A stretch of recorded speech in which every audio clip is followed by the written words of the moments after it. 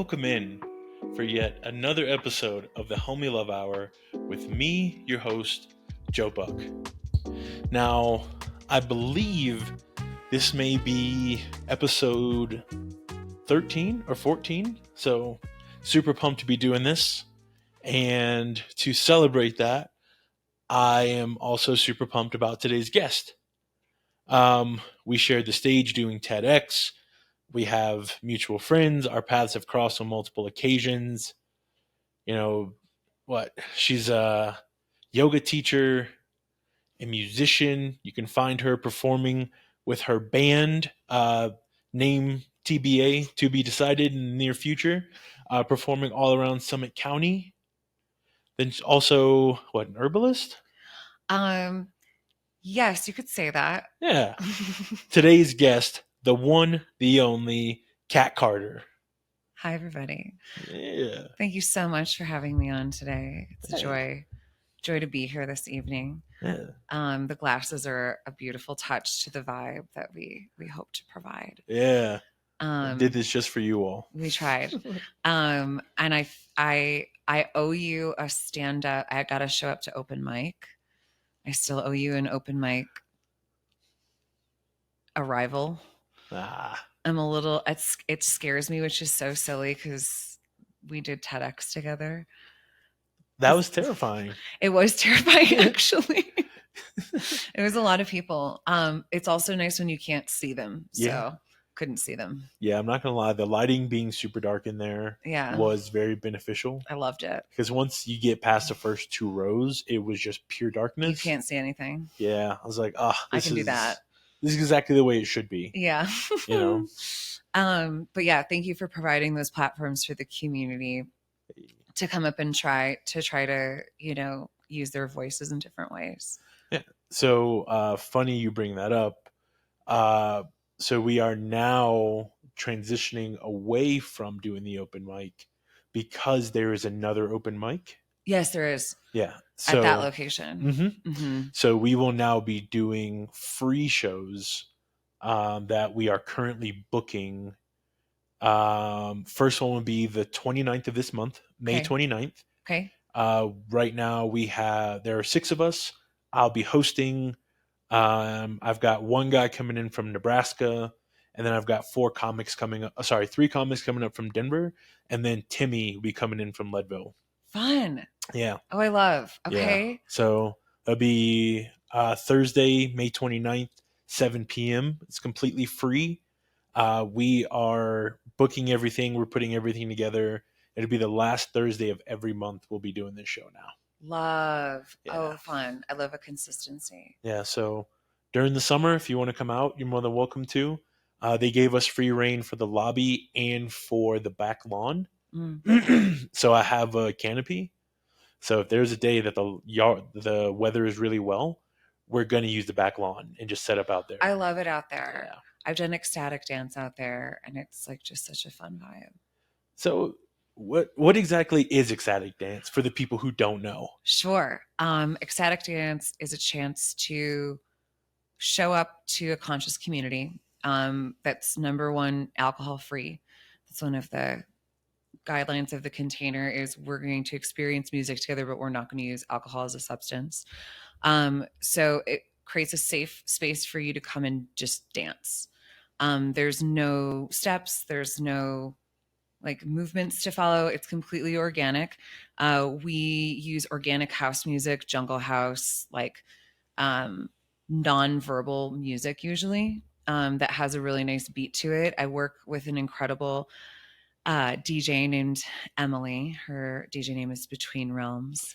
Yeah. I saw her perform at Saved by the Wine. Yes. Yeah. She's awesome. And she really works with the crowd, and we kind of take people on a journey, musically speaking, that brings everybody up to a place where you're dancing to a point of ecstasy.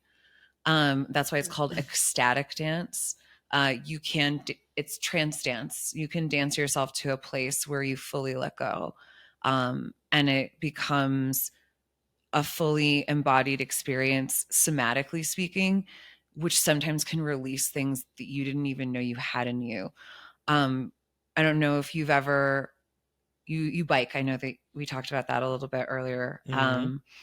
But if you've ever biked or run to a point where you feel like you broke through a barrier, Mm-hmm. you can do that cardiovascularly with dance. It something with the shaking and the bouncing and the rhythm releases things. Like if you have stuck emotions, it can be a really nice tool to just move your body. Mm-hmm. Yeah. How did you get started with that, or like what I guess created the idea of doing that? Was it something that you had gone to before you decided to bring it here, or was it something that you thought of? Sure. No, it was something that I went to before and wanted to bring it here. I saw a need in the community. I went to Renegade Burn in 2021, Burning Man, and which was the non-produced Burning Man, Okay. and was super inspired by what I saw people just put together on their own out there. And when I came back, I saw that our community didn't really have an outlet like that. It didn't have ecstatic dance is really big if you just go to any other country. Like if you go to Costa Rica or Bali or Mexico or any place, Spain, like Mm-hmm. everyone's uh, anywhere in Europe has like a chapter of ecstatic dance. We didn't have one here in Summit County. And I was like, well, where would be a fun place to do it? And I was like, well, 10 Mile Music Hall would be fun. Start big. And it was off season. Mm-hmm. And our friends, Corey and Madi, were using the outdoor deck for some of their stuff. And we're like, can we use the outdoor deck? And Todd was like, yeah, you can use this space. So we did our first ecstatic dance at 10 Mile. No way. Yeah. That's a huge space. Isn't that fun? Yeah. We did it outside. So, the upstairs patio, Mm-hmm. it was so much fun. And it drew a huge crowd. And I was like, oh my God, let's go. Mm-hmm. And so we did another one here in Frisco at Namasport, which is a mental health studio. And it also was really well attended. And I met community members that I would have never met otherwise. Mm-hmm. And it was like very conscious people who are into health and wellness or into more of like a, I guess, expansion place. Okay. Who aren't drinking. Yeah. Yeah. And leading a sober lifestyle is not a prerequisite for coming to this. It's just a sober event. Yeah. And the energy because of that is really vibrant in a way that I can't put into words. Yeah. It's really beautiful. So before we expound more on this topic, how's your week been? Tell me about it. Tell us about it. Tell her about it. No. It's been good. It's actually been a wild week. I just got back from Costa Rica, as I'm sure we'll get into later. I made some big changes in my schedule, and I now have a lot more space in my schedule for new endeavors. Nice. Yeah. So I got a chance to practice with my band this week. We're a 5-person band, and we're switching this summer just to be a 3-person. And I get to play guitar. Nice. So that's been really nice. Electric or acoustic? Acoustic. Okay. Acoustic with the plug-in. Nice. But I went to Lamplight Series the week before that my friend Ross hosted at the distillery. And I got there and came in through the backstage and like had my guitar and was like, I could play some songs. And he had it set up.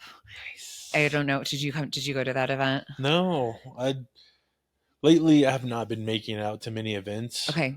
It's like, I don't know, as we transition from like winter to more spring, I've just been getting out as much as possible. And much like you mentioned, I've started riding my bike. Yeah. And I bought that bike 2 years ago, and it was when my old car broke down on me. Because, small enough county, you can ride your bike around. Yeah. And riding my bike here kicked my butt so hard that I left it outside and didn't touch it again. I went and bought another car because I was like, I'm not riding this bike like the whole time. So honestly, I maybe rode it once, twice last summer, if Okay. that. And, you know, again, a big thing that I've been focused on, with the start of 2025 is, pushing myself to be better and do more. So I've been making an active effort. I like to say making an active effort as opposed to trying, Mm-hmm. because trying implies that, you think you're going to fail or you're going to fail. So I like to say making an active effort, um, to do 3 to 5 miles every day. So far, I've been sticking to like that 5 mile every day, Nice. and I do a lot of uphill, and it sucks. It sucks. Like, I do 250 to like 350 feet of elevation gain every day, Wow. and At elevation. So this is like yeah, we're almost at 10,000 feet. we're at I think 9097 is most of where we live. There's certain parts where it's like 9100. So we're Yeah. talking anywhere from 9,000 to 9,400 feet above sea level. But the air is thin. So it's Yeah. like you can't quite catch your breath. Yeah. Oh my god. I like my bike is a fat tire bike. Yeah. So it's when I got a bike, I was like, I want to make sure like I don't break this thing, and like I trust it. So my bike is all steel. It's 50 pounds of steel in rubber, so it's super heavy. So it's me on that, huffing and puffing, going uphill. And I was like, there's times where I'm like, I want to give up, I want to turn around, but like, I don't run or anything else. I don't get a runner's high, but I get Okay. a cyclist high. Like, when I get to that goal that I set for myself, I'm like, okay, I know if I made it here, I can go a little bit further. And if I make it there, I can go past that. And Mm-hmm. that's always the goal, Mm-hmm. is to not plateau or Mm-hmm. just say, okay, I'm fine with where I'm at. Like, I always want to be pushing towards Yeah, something else. And it sounds like ecstatic dance does the same thing for you all. it does. And I want to say that you inspired me by your post of huffing and puffing up the hill. And I was like, I'm going to take my dog and I'm going to run today. I'm going to run the route that I can't quite bike it because still some snow on it. Mm-hmm. Um, I haven't run in years. Mm-hmm. So it was that inspiring, you guys. And I was like, I'm going to run. I can Oh run. And yeah. I did run walk. I did Yeah. the run walk, Yeah. but I was super out of breath. And it's humbling to try to do any sort of cardiovascular anything, including sing for that Oh matter, or yeah. play a wind instrument. Mm-hmm. Tash Sultana was playing at Dillon Amphitheater, and Mm-hmm. she like took a break, and she like took like a long break and was like, it's really hard to breathe here. And then she started playing, and it's like, yeah, Yeah. sister, like Yeah. It it's kicks your fine. ass in the It ways you least does. expect it, and it's like, I think that's part of the challenge. It's like, if I'm gonna do this, then like I'm gonna do it. Mm. And it's like, in a prior episode I did with my buddy Stevie, I told myself, like, when I was younger, if I'm gonna do something, it's always gonna be the hard way. Which I also, came back and said that's one of the dumbest things that I could ever like tell myself. But it's like, it's something that I think still rings true for me, Mm-hmm. where it's like, if I'm gonna ride my bike, I'm not gonna only do flat areas, because honestly, where we live, there are no flat There no areas. no, you're up or down. Yeah, so it's like, if I'm gonna do this, I'm gonna do it. And there's times where I'm like, I think I'm gonna throw up, and I'm like, well, if I throw up, I know I can't throw that same stuff up again, so I can keep going. That's good. But then it's like, when I get home, I don't want to eat terrible stuff. Like, Right. I don't want to chug a soda. I don't want to drink any juice. It's like, once you start to have that mindset of like, okay, if I'm bettering myself, I need to better myself completely. Mm-hmm. Like, I made couscous for the first time this week. Yeah. Yeah, I like, shout out Mary for giving me a recipe to base this off of. And then, like, even going from there, watching all those baking shows that I've been watching, because it's spring. I baked a cake today. He made a mad cake. It's so good. It looks So good. it looks horrible. Like It tastes great. I like how a cat does not refute the fact that it looks horrible. It's like it looks like a like macaroni art. If a child made a cake, I would imagine it would look like that. Baking up here is an art. It It's is. another piece of our altitude Yeah, it's problem. it's such a challenge because I had this idea in my head of like how beautiful I was gonna make this cake look and all this stuff, and then I realized like I don't have a lot of the tools that professional bakers have. Yeah, there's a whole like chemistry to it up here where you have to actually add more fat. Yeah, so It's not the opposite of what you would think. there's a website. It's called, I believe it's called the Elevated Kitchen, Okay. and you can set your altitude and you put in the recipe and it will adjust it for the altitude. What? Yeah. I need this. Thank you. Yeah. I didn't use it because when I looked up this recipe, I put in high altitude, Right. cake recipe. So I was going off of the auspicion that I'd already chosen that option. It did not, like, watching that cake deflate hurt my pride so It's much. a weird experience. It is. And we don't, Yeah, it's like it sucked, but at the same time, I'm like, if I can't laugh at something while attempting it, then like, what's the point? Agree. You can't take it too seriously. Yeah, just like ecstatic dance when we did TEDx.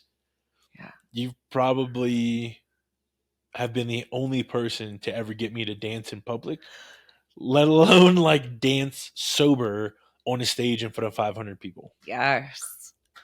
That was an inspired moment, though. It was. I loved it. It was really beautiful, and it was like the fact that the entire crowd was involved and everyone, even like maybe I'm imagining this, but I'm pretty sure some of the sound people were also dancing. Yes. So it's like it's hard to look at that and not get in that flow state that you talk about, or it's just like everyone else is doing this. Nah. It's like, no, man, like if everyone's enjoying themselves, what's stopping me from enjoying myself? Yeah. That's so good that you felt that way. Yeah, absolutely. Crowd involvement is my specialty. It was crowd involvement is not my specialty. I've tried it at comedy shows. Turns out ecstatic dance, people seem to really like it. Comedy shows, people don't seem to like it. Like up here at least. Interesting. I wonder, well, I have a thought of maybe on why. Nobody wants to be the like butt of the joke. Well, and I think they're coming to receive Mm-hmm. comedy, and then they're like, they expect to not participate. So when you make an audience participate who doesn't expect to, it really catches them off guard. Yeah. But it can be super magical and special when it creates community. Like when you do, as a comedian, single someone out in the crowd, and then you do flip it onto them, and then the crowd becomes differently part of the show. Yeah. Like the last time we did it is when we were doing the open mics and we started playing this game called Hot Takes. Okay. Where we would allow the crowd to give their hot takes. And then we were like, well, like what do people do? So we were asking, and then one guy, I think I really hurt his feelings because I was like, I don't know any of these people's names. All I can go off is physical descriptors. So one guy, I was like, young John Wayne Gacy, what do you do? And he immediately like looked down, and then everyone looked at him, and most of the room was like trying to fight back laughter. Yeah. And then he was like, oh, blah, blah, blah. And I was like, so when you're not moonlighting as like a birthday clown, what's your 9 to 5? And he didn't get it for a second. And then I was like, yeah, because, John Wayne Gacy was a birthday clown and he killed people and put them in their walls. And I was like, do you rent or do you own? And eventually he just stopped responding. And I was like, all right. No. I was like, okay, I maybe went a little too far on that one. I mean, you have to find the boundaries as a comedian, and you got to try. You don't ever know Yeah, people's response. yeah. Um, There were some people in the crowd that were really into it, and one guy came up and like took the mic to give his hot take. It was very brave of him because it was not a good hot take at all. He was like, "Yeah, I don't believe dinosaurs are 10,000 years old." He's like, "You've all buried dead animals, right?" And then dug them up. And like, "No, man, none of us have killed an animal or buried an animal and then turned around and dug it back up." And he was like, "So I'm the only one?" oh no. And everyone is like, "Yes, you were the only one." Oh, things can get dark quick Yeah. when you open the mic. Yeah. Okay. When he told me he was a photographer, I was like, "Yeah, I get it now." You Okay. do a lot of photo shoots in the woods where no one can hear their victim scream, and then Oh you just, God. I don't know. I get a little dark sometimes. It's okay. Dark comedy is my favorite kind. Is Dark it? humor, yeah. Who are some of your favorite comedians, if you have any? Oh man. I would say, is it bad that I don't know people's names? Like I follow, okay, I stopped watching TV 10 years ago. So I don't have like this is when we still had cable 10 years ago, and I was like, Mhm. I'm getting rid of it. And then like I just got Netflix back like last month to watch White Lotus. Okay. So like I'll watch here and there, or is Mm. that HBO? Whatever. They both Whatever it's have. on, whatever I got the thing that it's on that Yeah. I'm still paying for. Note to self, cancel. And because now I can watch on my laptop, I guess, but I'm actually super disconnected from shows and Mhm. comedians unless they're on my Instagram feed. Okay. I hate to say that, but that's like the truth of where I'm at. No, that's. I think it's a better way to live because there are so many people who are borderline addicted to social media, Yeah. and it's their entire personality is like whatever Mm, they see on there. So the fact that you can have like a healthy balance yes. is really good. Okay, now they're all their names are coming to me because I'm like, who are these people that I like follow and love Uh on? Okay, Laura Ramoso, she's a female comedian, and she does lots of like parody bits mm, and accents, okay. which I dig. All right. I love her. I love her comedy. I actually follow a lot of female comedians, I would say, Mm-hmm. which is inspiring. Um, I can't remember this one girl's last name, but it's Allie something. It's Ali her. Wong. No, but I know who that is. Okay. Yes. So like anyone who's mainstream, I don't know right now because I don't have a TV. Okay, that's fair. Sorry. No. It's kind of a fun social experiment. Um, and there's like some conscious comedians out there doing bits, Mm-hmm. like Brent Paella. As I don't even know if that's how you say his last name, but he's fucking hilarious. Mm-hmm. And they do a lot of him and his girlfriend do a lot of like just conscious comedy bits, like making fun of people in my community, including myself, ecstatic dance facilitators, you know, Shakti, Okay. tantress goddesses that are out there of sacred sexuality. We can go on, and you know the whole neo shamanistic culture, Mm. which has a place, but then also has like an embellishment to it. Yeah. If you go into like areas of Mexico, such as Tulum and other, and uh, it's fun when you see yourself being made fun of. Mm-hmm. It's like the easiest to laugh at that. Yeah. Why is that? I think when you're being made fun of, but it's also accurate, it's hard to refute it. Okay. And I think oftentimes it rings true because I feel like if you are a person who aligns yourself to a certain lifestyle or a certain mindset, and a person can make fun of you, but in a tasteful way, while also going in depth on the topic, you kind of recognize yourself or you recognize someone else that you know personally in it. You know what I mean? Yes. Okay. So it's relatable. Yeah, absolutely. Okay. Which is why a good meme, I believe, is a relatable meme. Yeah, and it's like, there are certain people who make fun of different demographics, but it's from like a place of ignorance. Okay. So it's like it never, the joke never really hits or never really lands Okay. because you're kind of just like throwing things at a wall, seeing what sticks. You know what I mean? So it's like you kind of go from there. And like sometimes, like I'm sure there are lots of people in the spiritual community who watch those videos and they're like, oh, that's not me. Meanwhile, they have like three friends who are like, no, that's That's you. you. That's I'm 100% sending you you. the video because it's you.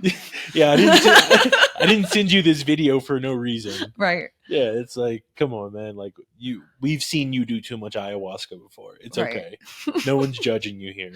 Right. Make fun of what you know. Exactly. Okay. And I like that. It's also like if you can't laugh at yourself, then usually there's a problem there.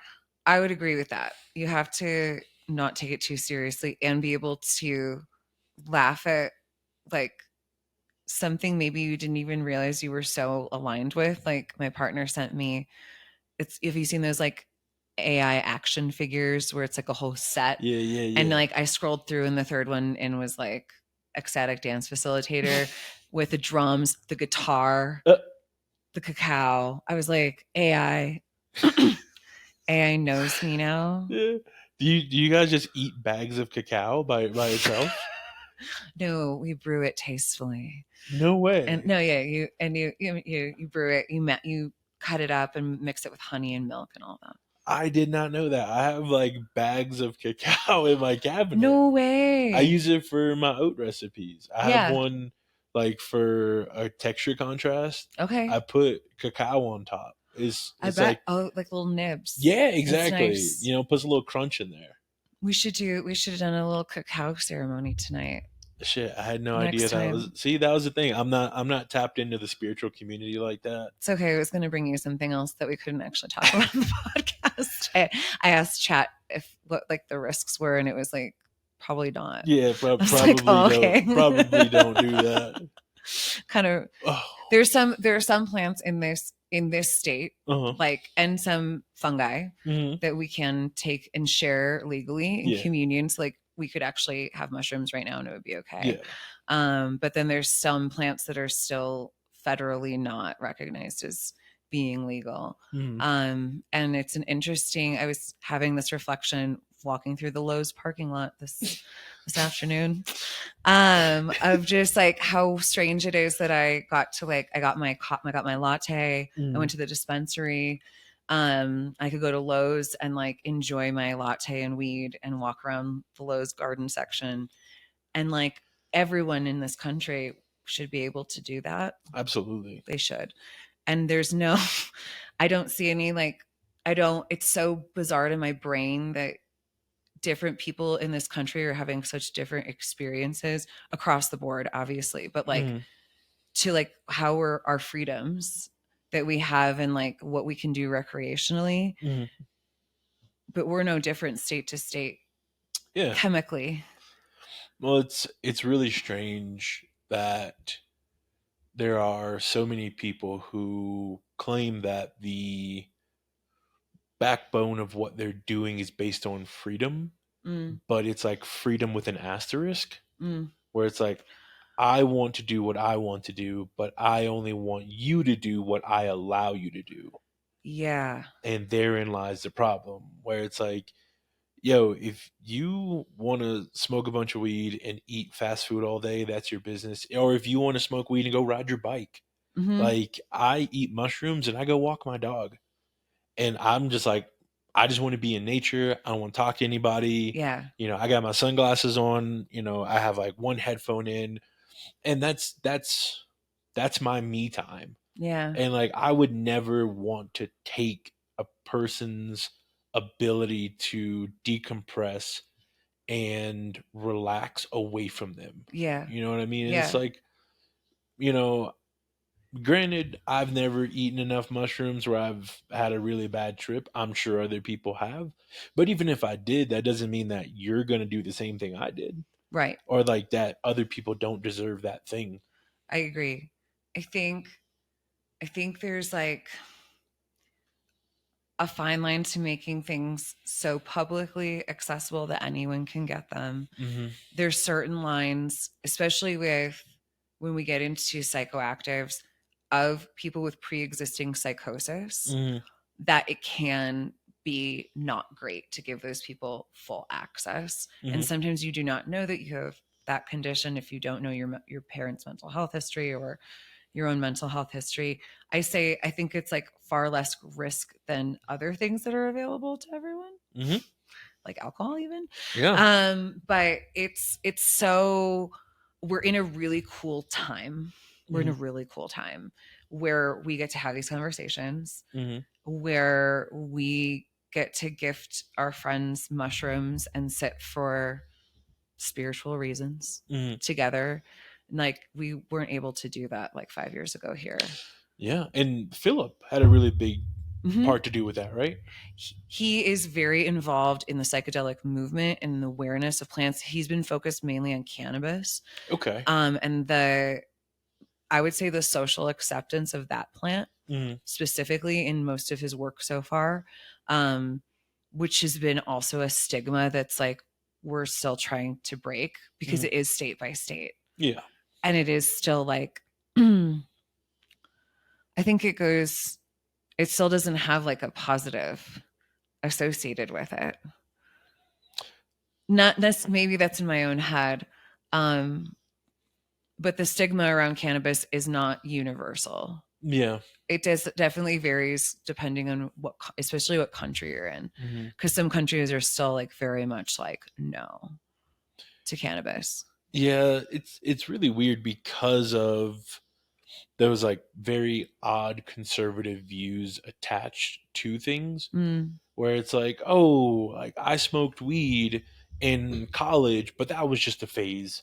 Now I'm over it. Yeah. And it's like, bro, you could smoke weed your entire life. Like no one's saying like, hey, you have to choose. But then those same people will turn around and be like raging alcoholics. And they're like, well, alcohol is acceptable. Like my grandpa was an alcoholic, and I'm like, uh-huh. Well, and then you can go down the rabbit hole of like the reefer madness smear campaign that happened Mm-hmm. in the 1940s, 50s. Yeah, which led directly into the satanic panic. Yeah. And I think that also has a lot to do with it. Is like when you align certain things with malcontent and the negatives and say, oh, well, this is how, the devil controls you. This is how the devil gets into your life.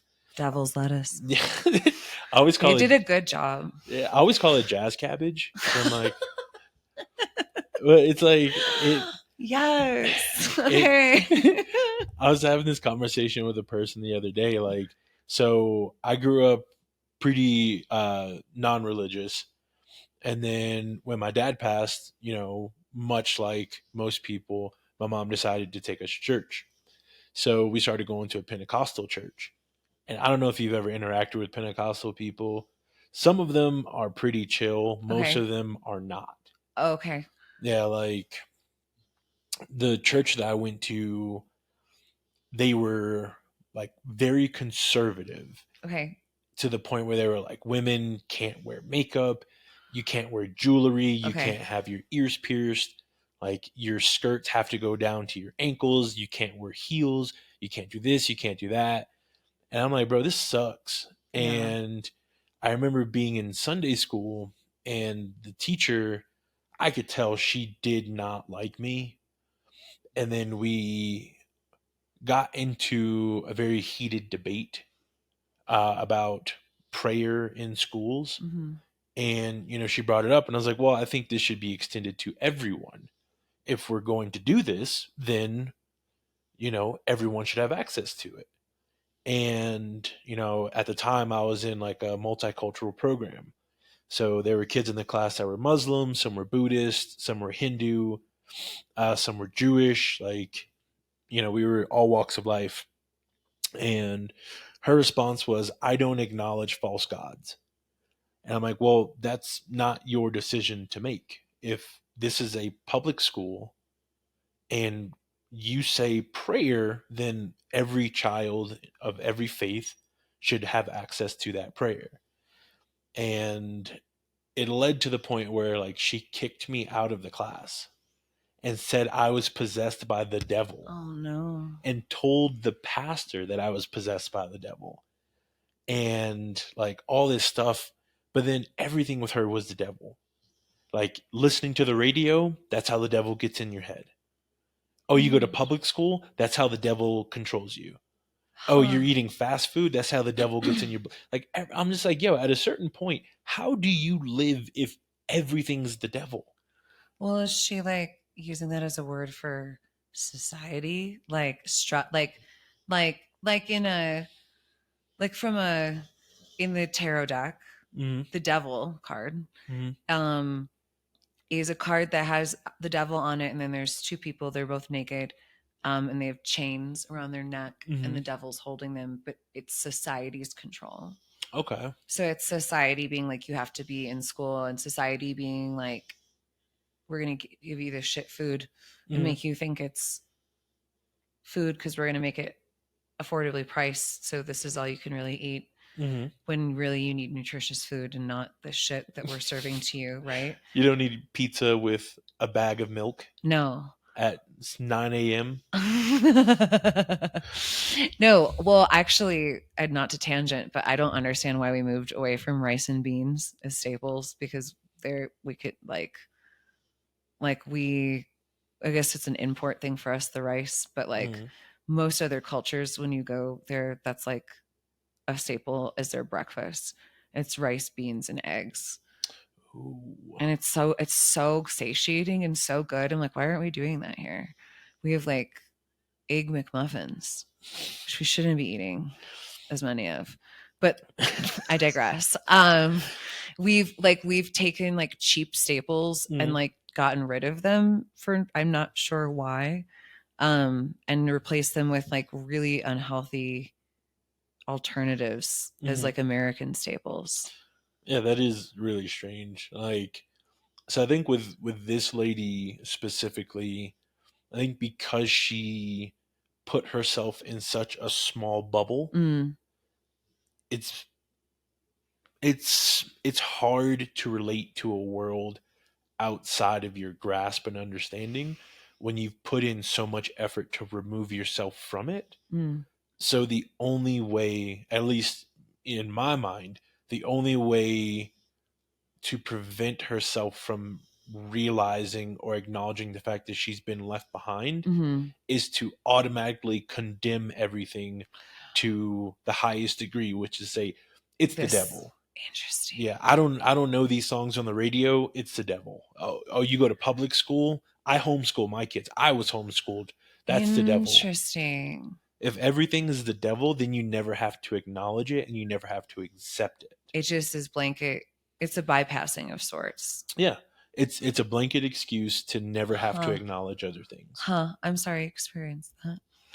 It's fine. It got me out of having to go to Sunday school. There was a whole thing. Okay. She tried to tell us that God wanted us all to be Republicans, which is what it started the argument. I was maybe 9 years old, Good maybe. for you for speaking up for yourself. Oh, it wasn't by choice. Okay. She this is a very conservative church. It was in a very affluent area. So when she asked us who in the class was Republican, class full of white children, they all raised their hands. So when she asked who was Democrat, I raised my hand. And then she proceeded to tell me that I was wrong. God wanted us all to be Republicans, blah, blah, blah, prayer back in schools. And I was like, well, what if there's a Democrat that believes the same thing? Mm. And she was like, well, they wouldn't be a Democrat then.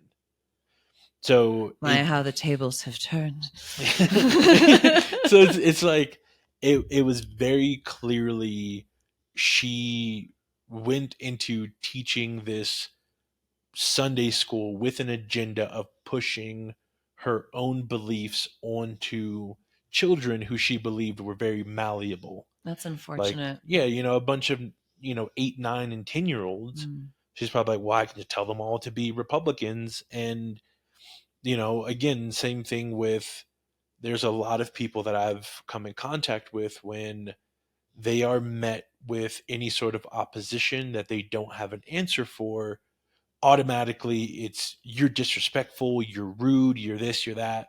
So her response, just like to say the radio is the devil, public school is the devil, was for her to say I was possessed by the devil because she couldn't call me a devil directly. Wow. But clearly, I was being used as a host of the devil to ruin her classroom because I thought that other people should also have prayer time in school, not just Christians.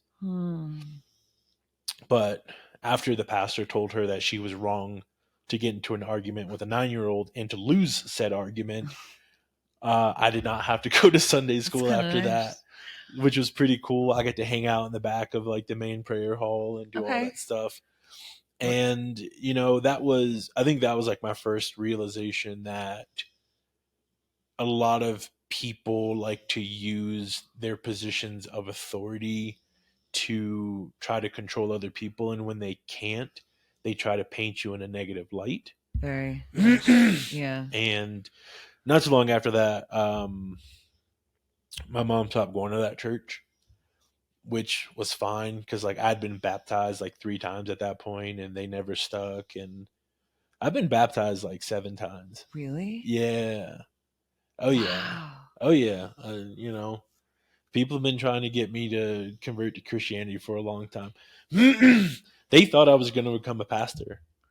I can see you doing that Uh, because just because not from a just like an energy like yeah. I feel like you could get up and talk and people would listen to what you have to say Yeah. in a good way. No, I appreciate that. It's just like I feel like there are much more important things in the world that I could get up on a pedestal and talk about rather than like condemnation or Sure.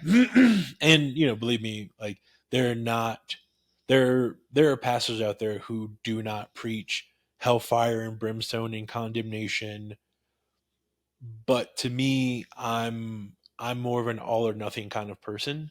So if I cannot fully back a thing, I will not align myself with that thing because I don't want to say yes I believe this but with an asterisk. Oof. I love that. It's so important.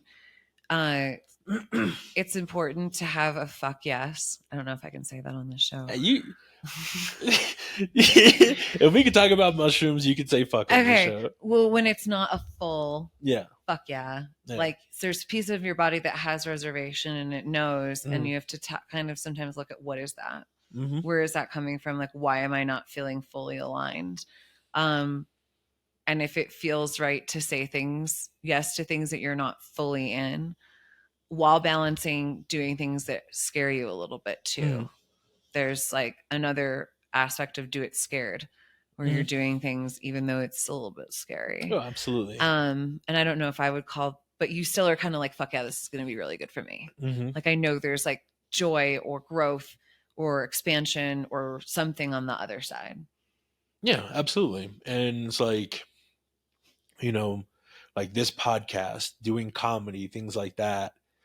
I feel like they are ways for me to engage with people, push certain topics, discuss certain things that most people might not have ever known about or had to ever interact with, and make them aware of it, but in a way where it's not me beating you over the head. You know what I mean? Totally.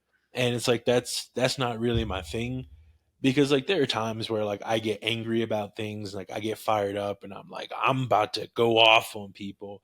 But then it's like that's not always the best way to go about it. There's a balance between ruling from a place of fear versus a place of love. And it's true in, parenting, it's true in like business relationships. And I believe we're coming to a time consciously where love is really going to be at the forefront. So the Homie Love Hour is a perfect exploration of that. But really truly moving into a time of being in a place of service and trying to help each other versus profit off each other or anything else like that. I believe that we're evolving to that level. Yes, that consciousness that I think we're starting to wake up from the illusion of trickle down economics, and the whole idea that corporations and other people who are actively profiting off of the suffering of others have our best intentions in mind. Yeah. And I'm hoping it's a sooner rather than later thing, where it's like, hey, we need to acknowledge these things. Like, it's just because you say you align yourself with this certain group, if there is a person in that group who does not have the best intentions of others in mind, Mm. that person should be put on blast. Like, I feel like there's so many people who, have identity politics where it's like, oh, well, I said that I endorsed this certain group. We can go, very innocuous with it. It's like, well, I like Lululemon. I wear Lululemon. It's like, well, do you know why the owner of Lululemon made the name of the company Lululemon? I do. And I was a Lululemon ambassador. And I Uh, actually sat with a lot of that while I was mm-hmm, ambassador. Because I was like, what am I embassing? mm-hmm. Who am I? Yeah. Who are you Who am I representing? representing? And what are their ethics? And Mm-hmm, what are their policies? And like, God, there's so much that goes on behind the scenes of everything that we just don't see. mm-hmm, Um, it's hard to take a stand, um, but it's also not at the mm-hmm. same time, especially like with your values. And I've seen myself become more aware, I think, and want to align less and less with people who don't share values that I share, especially with yoga, of like being loving and compassionate. Yeah. Um, Also, I did not know that you worked for Lululemon. no, That it's was an okay. absolute shot in the dark. No, it's true. But I no longer am an ambassador for them. Yeah. So I also now I'm trying to wear more cotton clothing, to be honest. Okay. Just in general for my own health. And um as we kind of start to maybe once again go into a rabbit hole of what's in our clothes. Yeah. We don't know. And we're also at a very cool time in society where we are not. I got rid of my TV 10 years ago because I could only watch what the programming gave me. Yeah. And Instagram was just kind of started at that time, and it was pictures, it wasn't videos yet. Yeah. And no one was questioning the narrative. I Mm-hmm. don't believe 10 years ago. It was we were all rowing the boat. I mean, Mm-hmm. there's people saying this and that, but they didn't have a platform and they were canceled pretty quick. And now you and I can put this podcast out and share it with our friends. Mm-hmm. We get we would call it beat reporting in college. You get like beat on the street, like what actually is going on in real time from people who are at locations when things are happening, because we all have access to each other for the first time. Yeah, I think it's almost cyclical where it's Mm, like beat reporting is where so many news outlets started from. yes. And then it became, almost too large. So everything just goes into print. Yeah. And then it's like, well, people aren't really picking up newspapers. Well, we'll make a website. And then you go on the website and it's like, well, I don't really want to read this. Let me watch a video. And it's like, because of social media, a lot of people cannot handle long form content. No. So it's all come full circle where now it's like, I need to do, I need to squeeze as much information into as short of a format as possible, which oftentimes leads to the sensationalization of things. And that is how you get people's attention. That is how you further perpetuate fear mongering and hate Yes. mongering and things like that. But it's like, it's a lot easier for most people to, again, just to go along, row the boat, and say, oh, well, this is why I hate this thing. But when you do more research, you're like, oh, fuck, I'm wrong. But a lot of people have such an issue with admitting that they're wrong. Yes. Like, I'm wrong like probably 5 to 7 times a day. And like I've reached a point where I'm like, you know what, if I'm wrong, I'm wrong. I got no problem admitting it.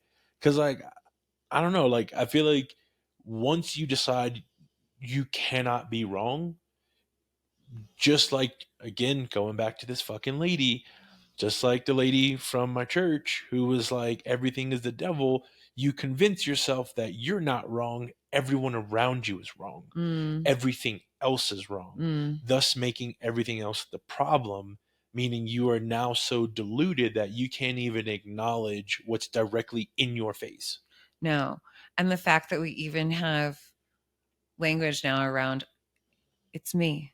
I'm the problem. It's me. And we can laugh at it and make like really realize like people can really verbally say that. I'm the problem. Oh my God. Having self-awareness.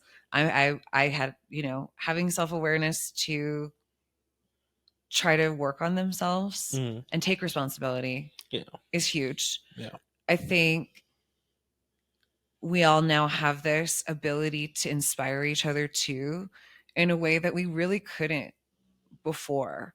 Like I wouldn't have this connection with you that we met at for TEDx and rehearsals and all of that, but I still stay connected with you because you actively post, which is silly, but we still maintain a relationship and I know more about you because of what you share. Mhm. Um, Giving people like a lens into that. And I think we as a people are more united than ever for the first time because we can see each other. And as we get into like this celebrity culture that's getting way and way more, I would say, off base Yeah. from, we can see we're starting to really see the class consciousness of like these people aren't as relatable, very relatable. So why are we putting them on a pedestal? Blue Origin, prime example. What's that? That was the spaceship that went into space for 7 minutes. Oh, I was at a retreat with no phone Yeah. during this spectacle. Was it like it was Katy Perry, Yeah, I saw that. Gail King, and those other people, which like, hey, kudos to them for going to space, but they all had to pay to go. Hmm. And it was not cheap. I think it was like $250,000 per person. I saw some things about that. So it's like, you know, Gail King's longtime friend of Oprah. Oprah is the same person who I think she might be a billionaire, close to a billionaire now. During the fires in Maui, she was the same person who got on TV with The Rock and was asking for donations from the public. And it's like, dog, you're a billionaire with a B. Like you could solve world hunger in homelessness in the US and still have more money in your bank account than I'd probably say 90% of like American taxpayers right now. Yeah. And you're asking us to give up our money. Yeah. And it's like that's a crazy concept, but it's like there are so many people who are so disconnected from life and from society, and a lot of them I see are these like red pill social media influencers, which is so strange to me. Yeah. It's these dudes, and like there are plenty of women who perpetuate the same thing, but like for me, I always see these dudes, and it's like some older guy, clearly way past his peak, very clearly on steroids and HGH and like a bunch of other shit that he probably shouldn't be on. They're always wearing clothes that are too small for them, and they're always yelling. And it's just like they talk fast and they yell, and they always have a girlfriend or a wife who's like way like suspiciously too young for them. Yes. And it's always like one of them, this guy was like, yeah, like I don't even cook in my house. Like my kitchen is there as a social statement. And like what kind of fucking chump do I look like cooking food in my own kitchen? Yeah. That means I got to take the elevator down, I got to have the chauffeur go get my truck, then I got to drive to the grocery store, then I got to shop like a fucking chump, then I got to put the groceries in my truck, then I got to drive back, I got to have the chauffeur undo all this stuff.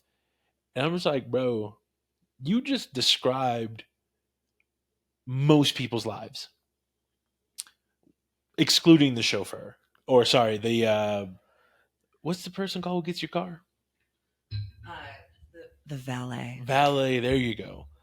So it's like you just added extra steps into your own life by flexing on people of how rich you are that you need a valet to go get your vehicle because you won't go get it yourself. And it's like, bro, just say you don't know how to cook. Just say you don't know how to grocery shop. You don't know how to meal prep. You don't know how to spend time with people. You don't know how to be in public. That's okay. You can admit those things at least to yourself.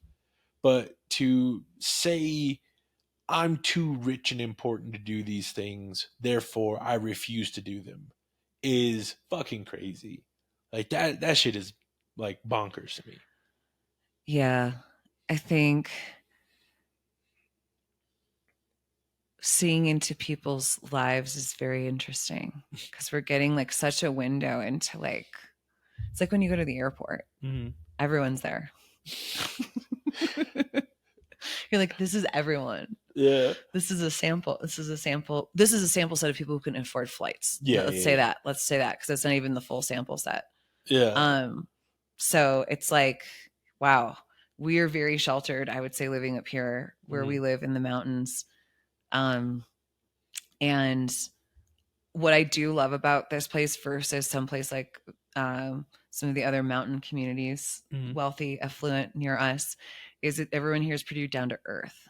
Yeah. For the most part. For the most part. Yeah, absolutely. Yeah. It's very, very real. We're all very fortunate to have access to this playground. And it's definitely, we don't have any franchises here except for Lowe's. Dunkin' Donuts. Okay, so we do have some franchises. Okay, I live in Breckenridge, so like we actually there it's like all like, it's not mom and pop per se, because there are some people who own multiple things, but it is all like small businesses. They're all small businesses. There's no like, I think there might be a Subway on Main Street that I've never been in. Yeah, it's on like the northern end of town. I've never stepped foot in there. It must be like grandfathered in because everything else is like, yeah, it's Subway, like, yeah. But I love it. I love in Breck that there are no billboards, and then that's very like, the atmosphere is very homey. Yeah. Homey love hour.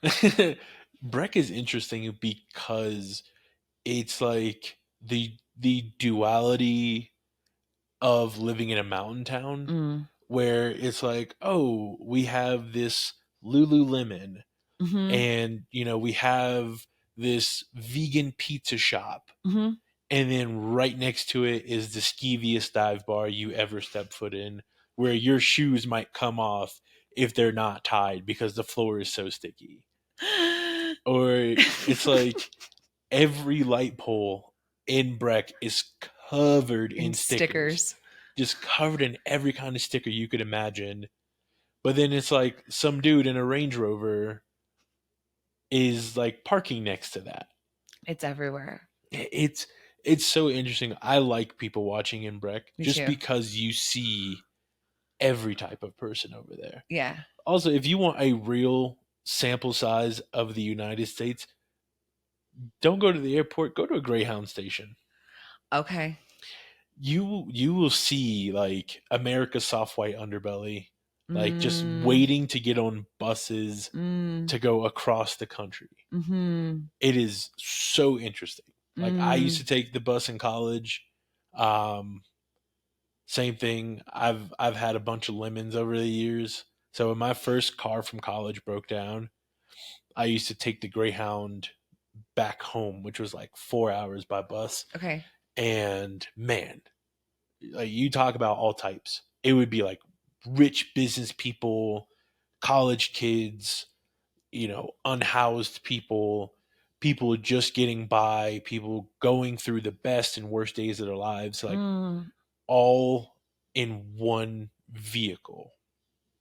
And it's like you don't really think about it. Like for me, like growing up in the city, like having a vehicle, like not having a vehicle is like, oh, you're a bum.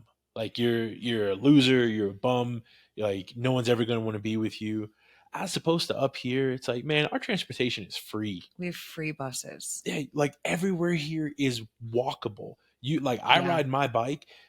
I'm not gonna lie, that's also part of the reason why I stopped riding my bike. Besides the fact that it sucks on my body to ride my bike, I felt that societal pressure to be like, what if someone I know sees me on my bike? What if people are Mm, making fun of me for riding my bike? And I'm mm, like, man, I'm riding a fucking bike. It's the same thing as going to the gym for me. If yeah, I'm bettering myself and someone wants to clown me for bettering myself, fuck them. that's right. Like I'm gonna ride the fuck out of this bike. Some like I ride my bike to work, and like you know, for people who don't know me, like I ride my bike straight into work. I love that. After work, I ride my bike home. I ride my bike up to the hospital. I do my laps around town, and it's like there's so many people here who are just like, yeah, I don't need a car. I can just walk. I can catch the bus. And it's like once you move away from those societal pressures to have a bunch of stuff that you don't need, you're kind of like, oh fuck, this is pretty nice, man. Yeah, And it's like I get it and like I appreciate it, and it's something that I've been having to unlearn for a long time because like even going to the store, like I go in the store and I'm like, bro, some of these people in here look crazy. And then, you know, by that same thought process, I'm like, I'm sure there are people looking at me like, this guy took the time to match his shirt with his socks, with his shoes, with his sunglasses. This guy looks insane. Like, I'm just going to buy bread and milk, and this dude thinks, he's going to the mall or like, yeah, he's on Rodeo Drive. Not that I ever dressed like this for Rodeo Drive, but it's just like it's those things where it's perspective. Where it's totally. like for a lot of people, it's like, man, this is clothing. Like clothes get old, they fall apart, they tear, they fall out of fashion, they fall back into fashion. At the end of the day, it's something you put on your body because society tells us we can't be naked in public. That's right. And truthfully, kind of happy for that.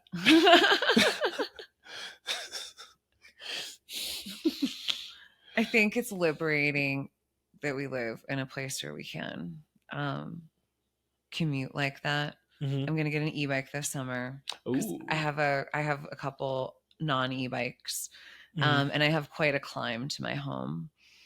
Yeah. Which you can also, but I could also put my bike on the bus. Mm-hmm. There's a bike rack on the bus, which I did with my daughter Mm-hmm. this weekend, and you just ride it home. It's literally so easy.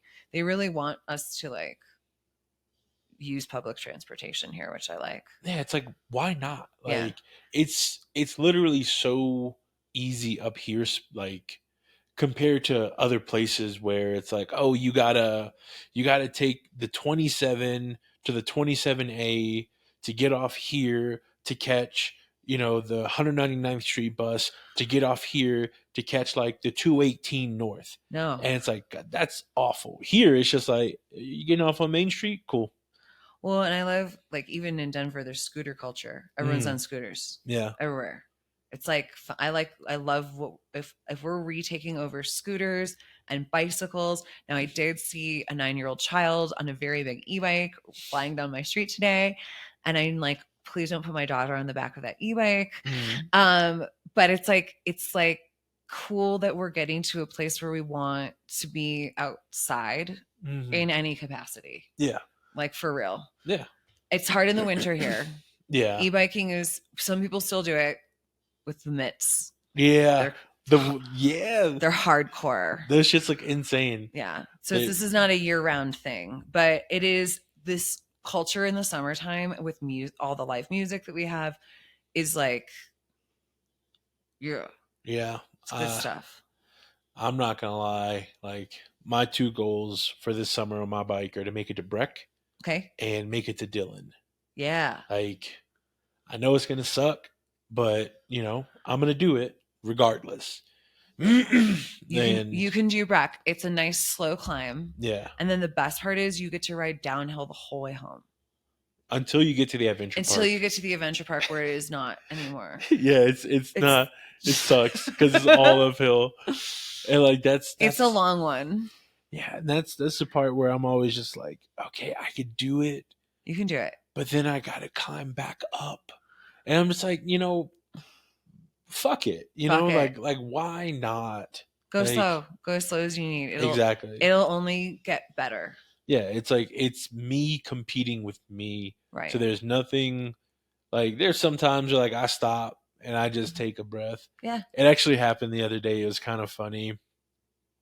I was on the rec path and I had just come all the way from like where the path starts up to Copper. That gate is still blocked off by the CAIC. Mm-hmm. So I was coming back up here to go to the hospital and I was like really pushing myself to keep at a certain pace. And I was like, my legs are burning. I'm thirsty. Like, I'm going to stop. So I'm like huffing and puffing. And this lady's coming towards me. And I have my music on.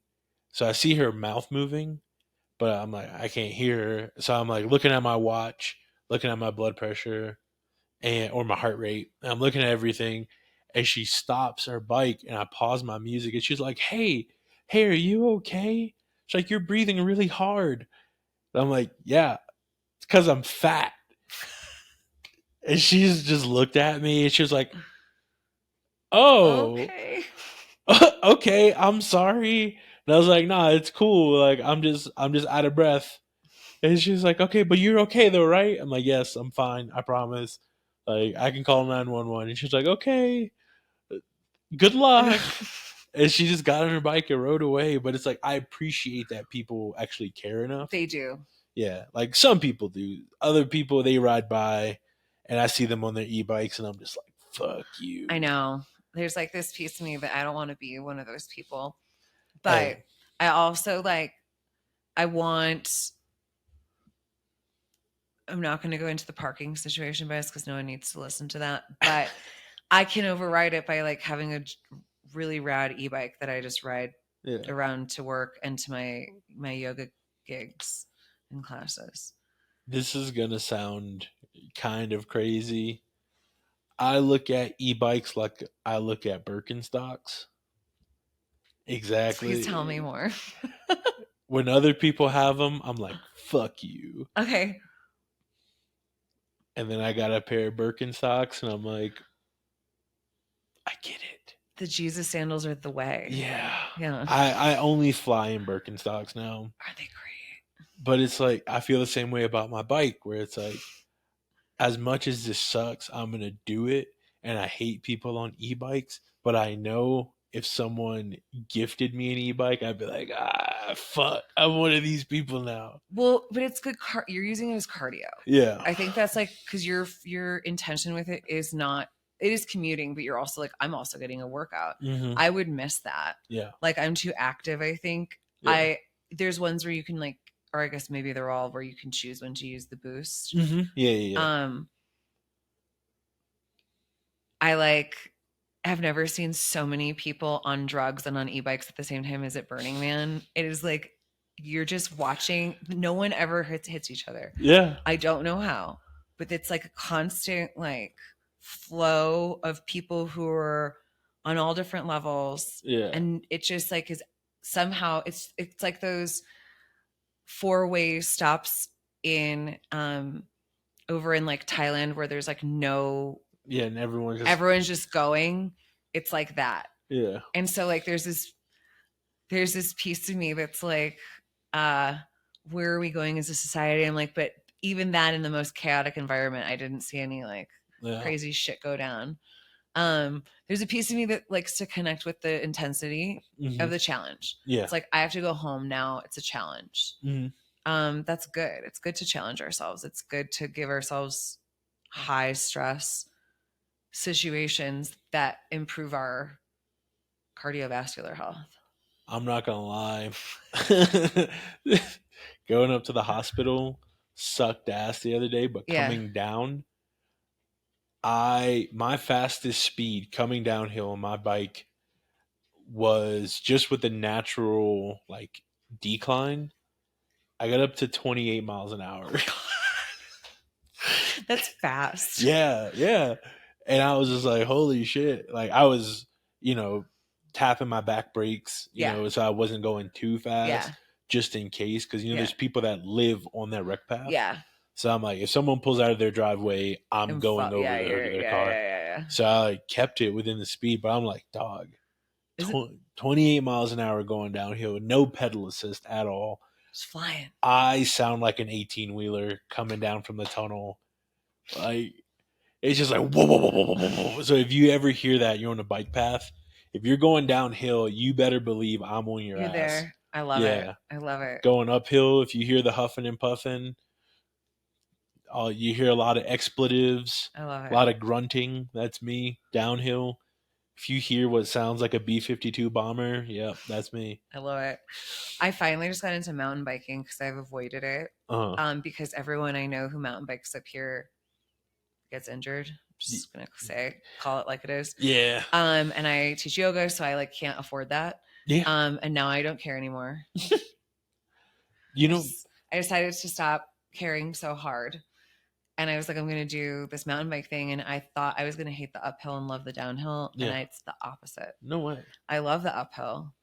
And in the downhill, I feel like I'm going to like crash at any time. No way. It's full fear for me. I'm like what you're not supposed to look like on a mountain bike where you're like tense and tight is me. That's you the whole time. Like, because there's tree roots and you're like, and you're like, I don't know. Like, this is like not like skis. Like, skis is actually easier because we're steering and this is like a whole system. And I have like not a great equipment. I met a guy.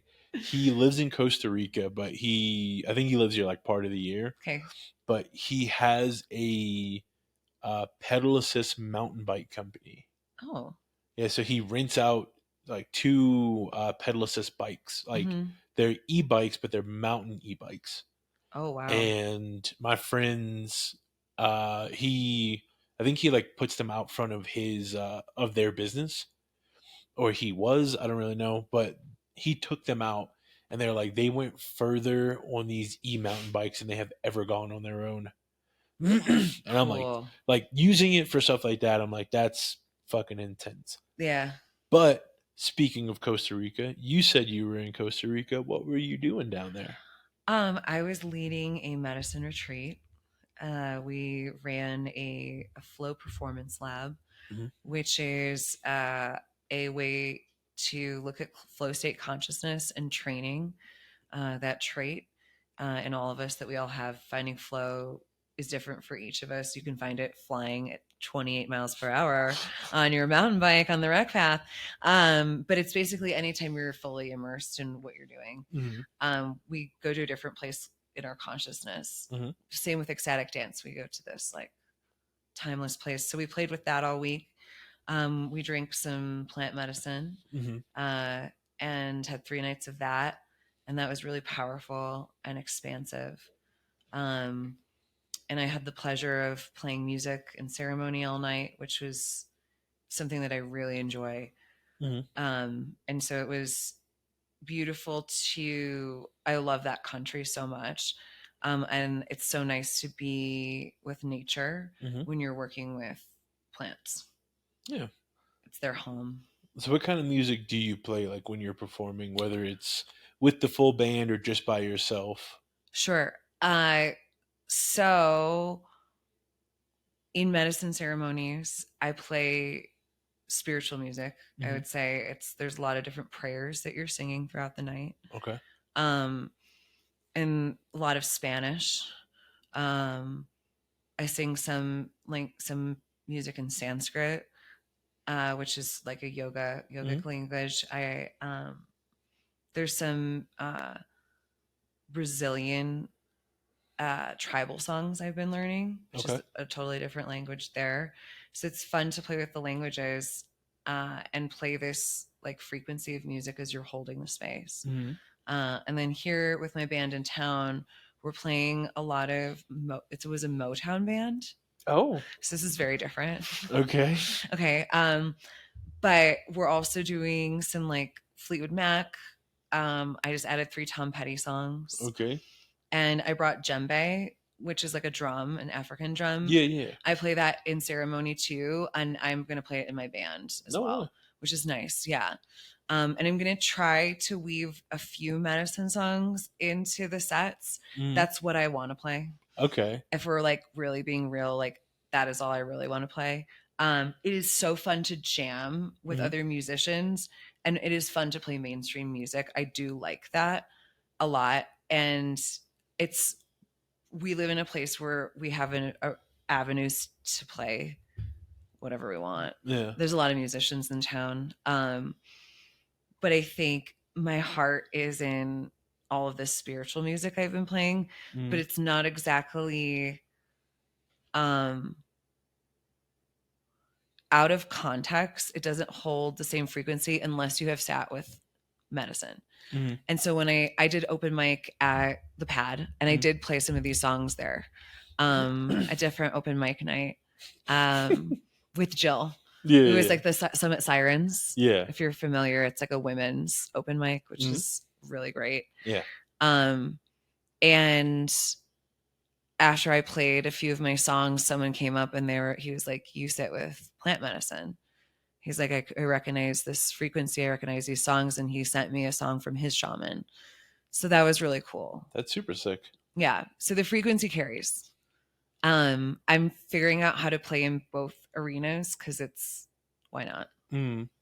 Like, so similar, but also very different. I can't remember the name of the band, but they were a Hare Krishna hardcore band. Okay. So they would. I want to hear a sample of this so bad. So they would come out before their set and do like in their Hare Krishna gear, and they would play all these Hare Krishna songs, and then immediately take it off and just go straight into like hardcore beatdown music. And it was so interesting to witness, because that would be like, oh yeah, what a hybrid. Yeah, it's like, oh, we do Gregorian chants straight into like Mongolian throat singing, and it's like, whoa. Fucking what? Yeah. Okay. How did we get here? Yeah, it's so interesting. Also, funny story about Fleetwood Mac. My uncle dated Stevie Nicks. No way. Yeah. Fun. He did not like it. I'd probably not. It seems like a lot to handle, but like, get it. So they met, and this was right before he left to go to the Air Force. They met, went on a few dates. She somehow found his address, and he came home to 50 dozen red roses in my grandparents' house. And my grandpa was like, "What the fuck did you do?" And he was like, "I didn't do anything. I don't know what this is about. I don't know where this is from." And each one had a note from her attached to each dozen roses. Oh my God. Yeah. And then he still was like, "Going to the Air Force. See you later." Wow. And that was right before Fleetwood Mac took off. Wow. Yeah. Did she know he was going to the Air Force? I don't know. I asked him about it one time, and I essentially was like, "Hey, do you ever regret not dating Stevie Nicks?" And he's just like, "Nope." That's all he's ever said. He won't expound on the topic at all. Yeah. My mom dated Art Garfunkel. No way. Yeah. Okay. It was really funny because she'd tell me stories about like the handful of times they went out, or like she would go to hang out with him. And she was like, at one point, he was just like, he was staring out the window crying, and he was just speaking like in these weird riddles. And she's like, "Yeah, I didn't understand it, so I just left." And I was like, "Yeah, I'm pretty sure he was on acid like the whole time, and you just didn't realize it." But wild. I love a good romance. I love a good old school. I love our grandparents' romantic stories. My grandmother used to tell me this story about how when she was dating my grandfather, she was also dating other men. Yeah. And she goes, "This one night I went out with your grandfather and I had my hair set in like a scarf." She called them babushkas. because she went on a date with someone else before that day beforehand Mm-hmm. and had her hair like setting for her date with my grandfather while I rode around in his car. And then I went home and untook out my hair and went on the date with your grandfather. I was like, get it, Grandma. I Yeah, love that for Granny you. was getting it. She was getting it. She It's like, so my mom's parents, when they met, my grandpa was an airborne ranger, okay. and he was stationed in Japan. My grandma spoke no English, and they met. And she was in an arranged marriage and was like set to marry this dude. And she was like, "Well, I'm gonna go marry this American guy." And the family was like, "Well, you could go, but we're gonna disown you." And she was like, "Okay, well." Where's she from? She's from Japan. Okay. Yeah. So yeah, she left. There's actually a guy here in town who's from the next city over, from where my grandmother grew up. No way. Yeah, he knows like my grandma's family, but Crazy. yeah, like I've never gone. I don't speak enough conversational Japanese to like ever interact with them. Yeah. But yeah, it was like pretty wild, and like even when my mom and dad met, it was really beautiful, but also very funny to me. So like my dad had done all this stuff. He played college football. He was in the NFL. He went to the Olympics, did all this stuff, but like all he really wanted to do was just like talk to people. So he got a job as a bus driver. Like he also owned like a restaurant with my great uncle. But the way my mom tells the story is like he was driving the bus one day and she was getting on the bus because she couldn't afford a car, and she said she was getting on the bus and my dad looked at her and was like, "I'm gonna marry you one day." And my mom's response was, "If you ever speak to me again, I will call the police." Oh my God. you know, Wow. typical Wow. romance, but that did not deter him. Every time she got on the bus, he wasn't creepy about it. He just spoke to her and said hi, and eventually he asked her out again without leading with "I'm going to marry you one day." Yeah. And she said yes, and Okay. And now we're here. yeah. Oh, Yeah. you're here now. Yeah. That's I good. was the last one. But it's like it's crazy because like you never really think about it, and then when you ask people like their story of like how they met, Yeah, it's like, huh, so shit like this really happens in real life where it people does. people just do the thing. They do the thing. Yeah, it's beautiful, man. Like how do you and your partner meet? We met at a flow lab he was running in Dillon. Mm-hmm. And we were doing like we did some microdosing and playing with like flow state. Mm-hmm. And I got invited. I was doing some I was doing some neurofeedback therapy at Amazing Brains Mm-hmm. in Frisco, Yeah. and Micah invited me to this flow lab he was running with John. And I'd never met him before, Mm-hmm. but I knew everyone else in the room. I was like, oh, I know everyone here except him. Mm-hmm. And I was like, oh, that's a good vibe check. Yeah, it's a good sign. It's a good sign when you know everyone else. Yeah. But my daughter wanted to watch Back to the Future this weekend. And it's like a whole premise in there of like, what if his parents don't meet? He doesn't exist. Mm-hmm. And I watched her see Marty like disappear from the picture and like her processing the fact that like if this didn't happen, this people don't exist. It's profound. Yeah, absolutely. Like when you're like, how did your dad having to be super persistent with your mom for us to be having this conversation right now. That man did not give up. No, I haven't met you, but good job. Yeah, like he did like all this stuff. Like again, like going from where he grew up to, getting 2 full ride scholarships and, making it to the NFL, getting a Super Bowl ring, getting to be an alternate for the US Olympic powerlifting team. Cool. Like all this stuff And to him, he was just like, nah, everything was a means to an end, which was like, I just want to enjoy my life. Mm. And if I have to do this thing in order to do it, sure. But it's like most people strive their entire lives to reach this goal. And he's just like, Tuesday. And like, I always found that very profound. And for a long time, like, I was like, I could never live up to that. Yeah. But, in my own way, I I think like I've, not to compare going to the Olympics and, being in the NFL, winning Super Bowl ring, I can never compare to that per se.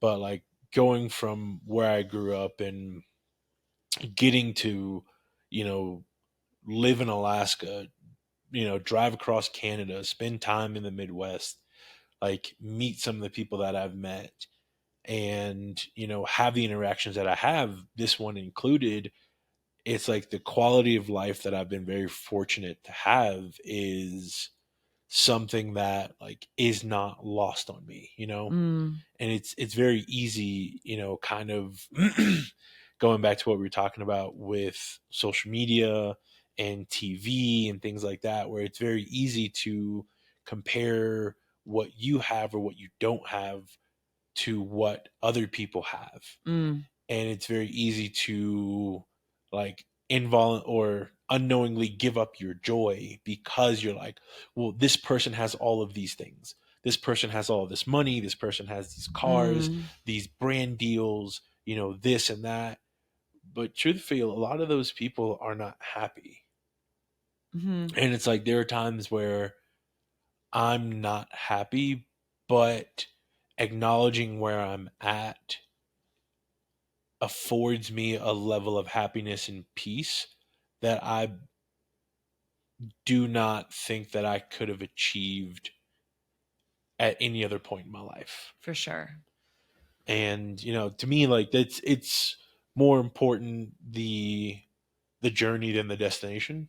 Yeah. And like granted, I'm here. I don't know how long I'll be here, like in Summit County or anything else, but I'm very fortunate to be where I am and to have what I have. And it's not, I might not be where I want to be, but I could always be somewhere else. Yeah. And I could always have a lesser quality of life. I could be unhappy. I could have all these things that like I don't need or want, trying to fill some sort of hole. What brought you to Summit County? Long story, kind of ripple effect. Um, I had a girlfriend for a long time, didn't work out, kind of had a bit of a break, shaved my head, moved to Alaska. Whoa. Um, Okay. Yes. yeah, I didn't see that yeah, one. yeah. More. Okay. Tell me more. Alaska's always what throws people for a curveball. Yeah. Um, Excited. moved to Alaska, and then I knew I'd always wanted to come to Colorado. Didn't know how I was going to get here. Ski resorts came recruiting. I was supposed to move to Aspen. I could not afford Aspen, so I moved to Vail. Hated working for Vail. So I went back to Alaska, spent more time there, and then said I was coming here for one winter, and that was 9 years ago. That's what you've been here 9 years. Yeah, Me too. yeah. I think we moved here probably around the same time. And we didn't meet until this year. Yeah, Silly. it's one of those things where There's it's not that like, many people here. no, but I think it's one of those things where it's like, especially here in Summit County, where it's like when you're in your pocket, you don't really leave that pocket. You don't. And like I come to Breck for hockey games, pretty much like religiously during the winter. Okay. So like there are people who go to the games who like they see me yelling, they see me being rowdy at games, never see them outside of there. Okay. That's one reason we've never met. I've never gone to Yeah, a hockey game here. See, I love hockey. I played hockey for a little bit. I wasn't very good at it. Then kind of I don't know, like I appreciate the sport and I Oh, it's such a appreciate going fun to watch sport it. to watch. Yeah, like I don't know. Did you play sports when you were younger? I did. I ran track and I played volleyball. Okay. Mhm. I can see that. feel like you got the frame for it. Yeah, I ran in college. So that was super fun. And like I was a sprinter Mm-hmm. and a hurdler. No shit. Yeah. I met an Olympic hurdler. He was the Marine Corps Olympic hurdler. Whoa. Yeah, now Cool. he's a motivational speaker now. Cool. Oh, what's his name? John Power, I want to say Okay. his name is. Okay. Also, super sick name. Yeah. Like, Yeah. I don't want to race against him. he was he was so cool. Like, he's one of those people that has that air about them. Like when he walks into a room, you know he's there for a purpose. And I went as part of a company I was a part of. We went for like I guess like a retreat, and he was the guest speaker. When he walked into the room, like I felt it where I was like, I don't even want to talk anymore. I just want to hear this dude. Yeah. And his story is ridiculous. Gave me a copy of his book, read it front to back, and I've emailed him a few times. He's responded like once or twice, but again, it's one of those things where it's like it's an interaction that you never think you're going to have, and once you have it, you're kind of like, holy shit, I was not expecting that. Cool. Yeah. Yeah. I think it's always interesting to see what happens to athletes after college. Yeah. Because you're put on this like platform for a Mhm. while. And then a very small percentage go on to play professionally, especially for females. And you do have a lot, like, it takes a lot of perseverance to get to an elite level. Mhm. And there's so much, I love when I see people like taking that magnetism and doing more with it, Mhm. especially motivating people. Yeah. It's not, you can get really lost Mhm. after playing sports like that at that level. If you're like, now what do I do with Yeah. my passion? I do massive mind control experiments. No, just kidding.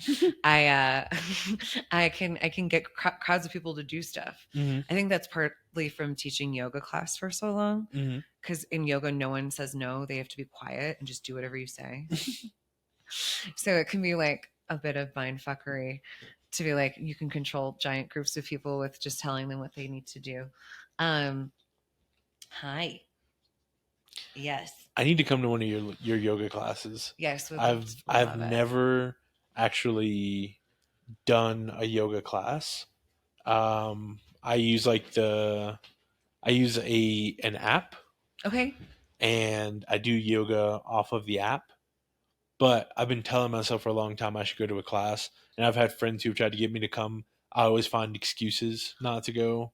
Come to Copper this summer. I teach Saturday mornings What time? at 9 a.m. Okay, I could do that. It's a free class. Okay. It's Wait, do you do it with Melinda? I'm Saturday and she's Sunday. I've known Melinda pretty much since I moved here. She's amazing. Yeah, she is. Amazing. See, even smaller of a world now. Yeah, Melinda's wonderful, and so she brings all of her knowledge on Sundays, and on Saturdays we dance just a little bit. Oh, yeah. So we do some stretching, but we do a little dancing, and it's fun to see people break out of their comfort zone. Yeah, because you're outside, and we practice in a big circle, and we're in the grass, which is just like really, it's grounding, literally. Yeah, hell yeah. And we get off our mats and like touch it. I also need to get a yoga mat. I don't own one. We have free yoga mats available, especially for the first people who come Hell on yeah. Saturday morning, sponsored by Subaru.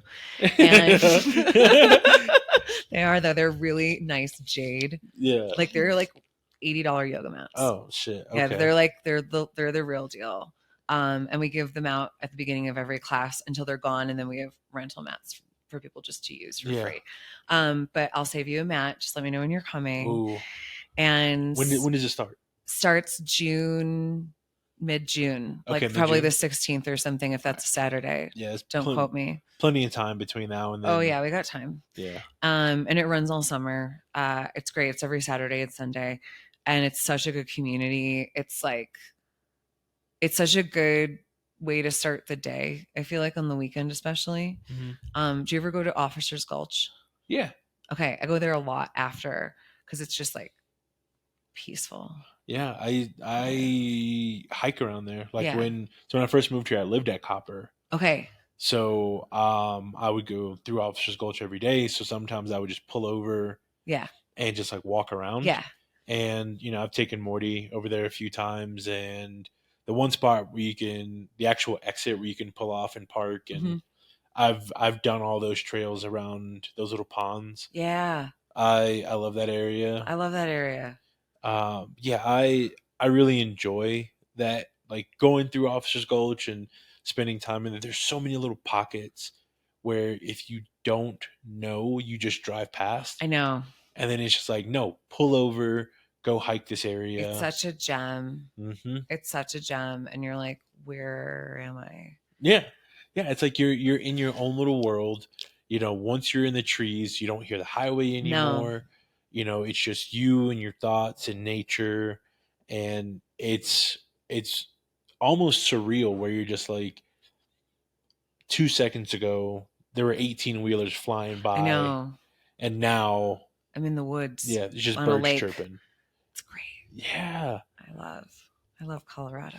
I know, man. It's crazy. I think that's what's kept me here for so long. It's just like, because it is unlike anywhere else that I've been. Yeah.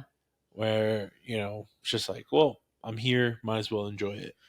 I know, it's such a magical state. Yeah. I can't leave Uh-huh. right now. It's just too good. I went to Lowe's. I told you. I went to Lowe's. I had my coffee and my cannabis. Mm-hmm. And now I know I'm going to go paddleboarding in like a few weeks. Yeah. Once the water levels come back up. Yeah. People were kayaking today in Lake Dillon. And it was with my polarized glasses, turquoise waters. So for the show for the 29th, mm-hmm.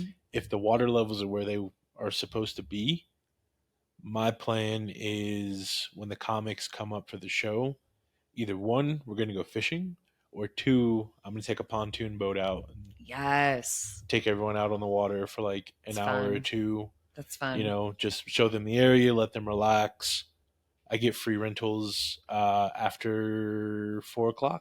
Oh, great. Yeah, so just take them out on the water. Sunset cruise. Exactly. Take them out on the water, let them enjoy themselves. And, like with these shows on Thursdays now, I want to, one, not only try new material and have fun with it, but also give some of the comics from Denver a chance to come up and like do shows and perform for a crowd they've never seen before. Yeah, that's cool. And, just have fun with it, It's that's like, fun. We're also partnering with some local nonprofits. So we will be doing a show confirmed for Treetop, and that one will be at Breck Distillery. Shout out Breck Distillery. Congratulations. Thank you. Liz hooked it up. They are giving us the barrel room for the space to perform. Nice. Super pumped about that. So that'll be a lot of fun. Hoping to raise, some money. Cool. And then, just keep doing stuff like that. I want to do more and give back. It's also a big reason why I live here, is be able to have a direct impact on the community. If I feel like if I wanted to just be another number, I could live in a big city. Yeah. But I did that. I didn't really care for it. So I might as well, do what I can when I can for the people that I care about. Love. I feel that very much being here. I can make an impact. That's why I started Ecstatic Dance. Yeah. And it's so nice to be able to have access to all these spaces. Our next dance is at Dillon Amphitheater. No way. Yeah. I want to perform at the amphitheater. I feel like that would be like the dream spot. Yeah. I would have to book some huge comedian to headline that show. But I feel like a comedy show at the amphitheater would be huge. Yeah. But outside of that, I really want to do one at 10 Mile because I feel like 10 Mile would also be a lot of fun. That would be so much fun. Yeah. Well, let's stay connected because I'm working with Summit Soul for these dances, and they're also sponsored by the town of Dillon. No way. Yeah, they're on Wednesday nights are their night there, and so we'll have two. We'll have one in June and one in July. But last year I like to collaborate. So I collaborated with an artist, Jessica Pinto, and she did live painting on the stage while Emily was DJing, which is cool. I also am looking to work with more nonprofits and potentially make ecstatic dance a nonprofit this year. No way. It seems to be the angle that I need to go, which is exciting. But to make it more sustainable so I can work with more artists and bring people up from Denver even to play with this. We need a little bit more financing. So I'm getting creative with Allie at Summit Soul on how to do that.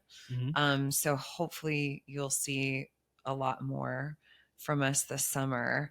And then Ecstatic Dance is also going to be part of Breck Create in BIFA. Every year we do Acoustic Flow, and that is going to be part of BIFA, the Breckenridge International Festival of the Arts.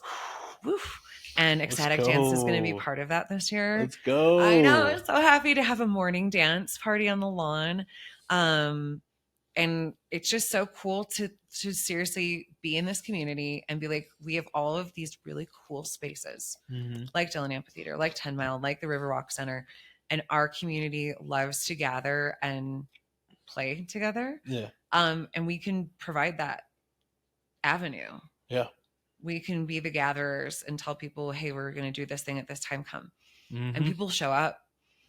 And it's beautiful. I love it so much. And it's hard to leave, so I can't. So I'm here. I'm hanging around for a little bit longer because it's too much fun. I get it. Like, people ask me like how long I plan on staying here, and I'm just like, I don't know, but until I find somewhere better or somewhere that like I feel like I need to be, I'm gonna be here. I love it. I know the people here are amazing. I cannot believe we've lived here for 9 years and we just met. I know, it's crazy. This is wild, but I love it. Yeah. And it's true because same with my partner John. I gave up. I was like, he's not here. Like the guy, my guy is like, he's not in Breckenridge. I would have met him, or in Summit County. Like he must be somewhere else. So I gave up, which is what you do when you want to find the person that you're supposed to be with, and then he appeared. Yeah, look at that. I literally gave up though. I was like, he's not here. Yeah, very fortunately for me, I'm also not looking for a guy. Okay, good for you. So, he's right around the corner. Hey, it's cool. Like, it's being up here is amazing. And, being a part of this community is amazing. And knowing that there are people who are actively making an effort to make the community better is very inspiring. And I hope that, not even through this podcast, but just in general, people feel inspired to bring positive change to wherever they are and whatever they're doing, because I feel like now more than ever we need that. Like everyone needs it, to feel inspired, to feel encouraged, to know that they're wanted and that they're needed and that they're loved.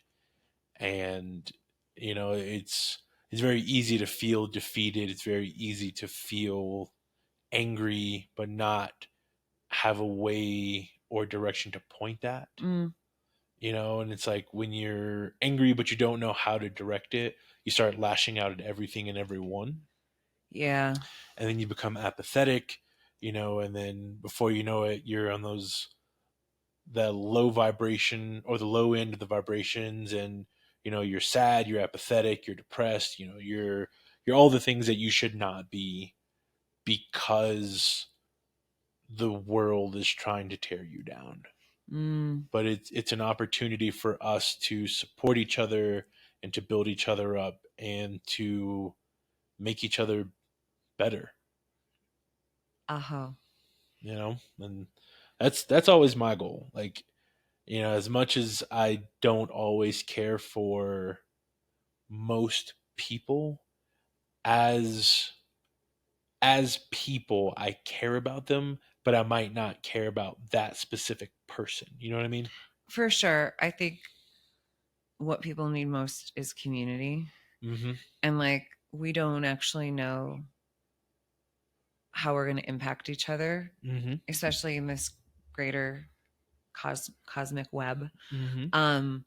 But I think the more that we can give people more community things to attend and to raise each other up, I swear to God, even you posting that video on your bike, I was like, he's on his bike, he's climbing up the hill. I'm going to run with my dog right now. Here we go. I was like, that's inspired. I'm inspired. Yeah. And like, I love using the platform for that. Mm-hmm. It's easy to get into the negative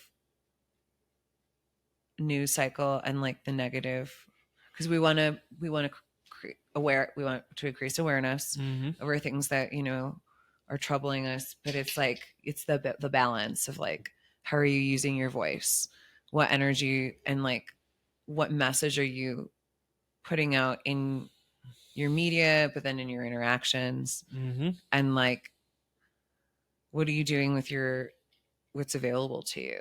I Mm-hmm. feel like we have the world available to us up here in this small town. Yeah. Because everyone knows somebody who knows the guy. Yeah. If you got to find the guy, you can figure it out. Yeah. If there's a couch you really want on one man's junk, someone's got a truck Mm-hmm. and can help you pick it up. If you really put your mind to it. No. But it's just even getting access to these spaces, like the pads programming or the blocks programming. Mm-hmm. It's so nice to be able to be like, yeah, the community needs X, I'm going to put it Yeah.